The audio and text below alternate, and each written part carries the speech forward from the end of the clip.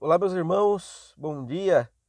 Estou aqui fazendo esse vídeo para vocês, para esclarecer algumas questões, para comentar a respeito de algumas questões do meu último post no Facebook sobre o livro do Francisco Tourinho.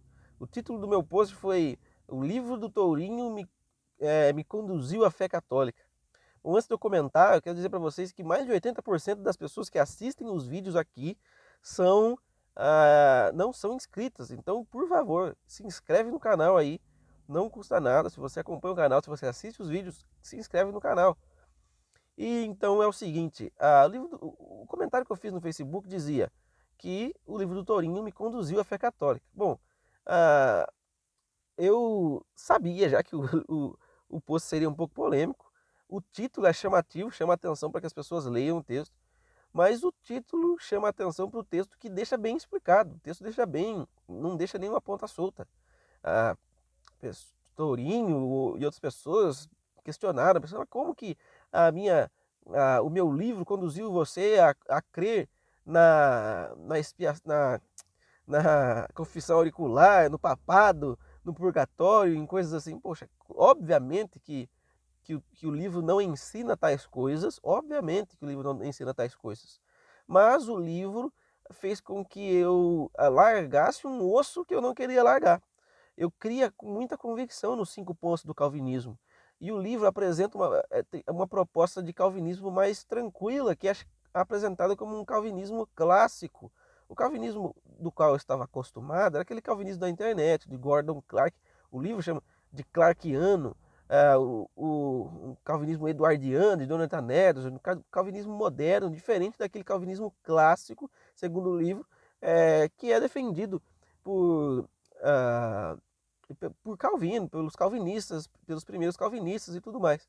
Então, por exemplo, pensando no livre-arbítrio, o livre-arbítrio, por mim, eu não cria de jeito nenhum no livre-arbítrio quando eu tinha uma posição calvinista mais radical. Mas, quando eu percebi que podia ser calvinista e ainda crer no livre-arbítrio, isso já foi uma coisa que eu tinha em comum, por exemplo, com a fé católica, e fez com que fosse mais fácil para mim, com que eu tivesse que abrir mão de menos. Quando estava me convencendo da fé católica, estudando a fé católica, precisei abrir mão de menos em relação a assuntos relacionados à providência de Deus e à soteriologia.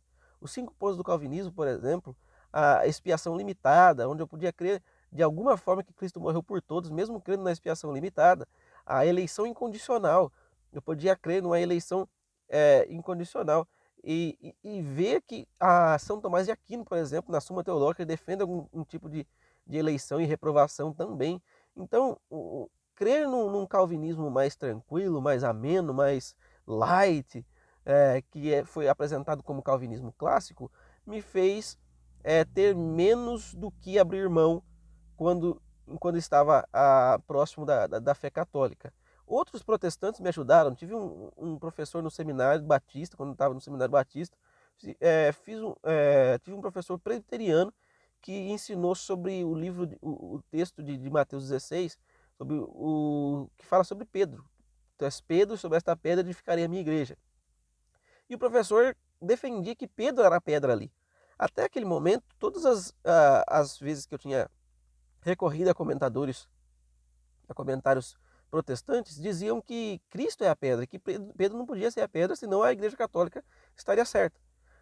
Então, esse pastor protestante contribuiu de certa forma para que eu já cresça em algo em comum com a fé, tivesse algo em comum com a fé católica. A Bíblia de Genebra defende também que eu descobri nessa época que defende que Pedro é a pedra. Então, outras coisas, C.S. Lewis defendendo o purgatório. Poxa, C.S. Lewis não me fez crer na confissão auricular, no papado, na intercessão dos santos. C.S. Lewis não me fez crer nessas coisas. Ele me fez crer no purgatório. E isso já foi algo que ajudou demais. E que também participou da minha condução à fé católica. Assim como a crença, a apresentação da crença do professor presbiteriano, que queria que Pedro era pedra.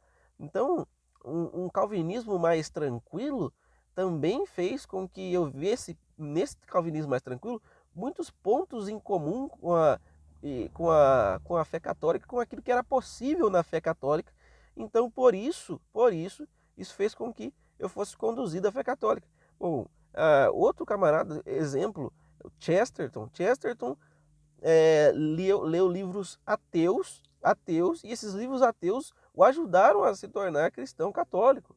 Então pense comigo, existem argumentos, livros e pessoas contrárias à fé católica que às vezes sendo tão ruins conseguem convencer você a se tornar católico. Não é o caso do Torinho, não estou dizendo que o livro dele foi tão ruim, o caso dele é diferente, o livro dele apresentou uma proposta mais tranquila, mais sobre o calvinismo, que me ajudou a ser conduzido à fé católica.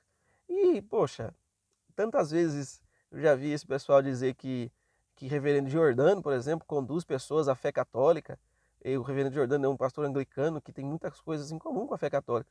Já vi dizerem que ele é a porta de Roma e ficarem zoando ele, falando que ele fica conduzindo pessoas à fé católica. Poxa, aí quando a gente diz que outra pessoa também participou da fé católica, a pessoa experimenta aí o mesmo veneno de sentir, de brincar com o outro, de zoar com o outro, e aí não gosta. Então, a Torinho foi lá no meu post, reclamou, me xingou de canalha, perguntou se não sabia se eu era canalha antes de ser papista ou depois de ser papista, mas, poxa, é, eu espero nunca entrar nesse joguinho de ficar xingando pessoas gratuitamente, falando besteira e coisas do tipo na internet, perdendo a paciência, nem nada do tipo. E, ah, e é isso. É basicamente isso. Acredito que vários protestantes contribuíram de alguma forma para a fé católica, sendo muitos, quando não conseguiam responder às minhas dúvidas e questões sobre a fé católica. Estes também contribuíram, e alguns que apresentaram teorias sobre a fé, sobre a teologia, que eram próximas da fé católica. Esses também me aproximaram da fé católica. Então foi isso que eu quis dizer no meu post. Usei, sim, propositalmente um título chamativo para que pessoas pudessem ir lá. E ele disse, outra coisa, Torinho disse, postou lá no Facebook, no próprio perfil dele, meu post, me xingando de canalha de novo, além de ter comentado no meu post, e também depois postou, olha, vendi 3 livros, agora eu vou pagar todas minhas contas, continuem as críticas, continuem as críticas. Isso me parece com uma psicologia reversa, o camarada querendo falar isso para que eu pare de postar alguma coisa assim, para que as pessoas parem de ficar zoando ele, mas é isso aí, não tem problema nenhum com ele vender livro.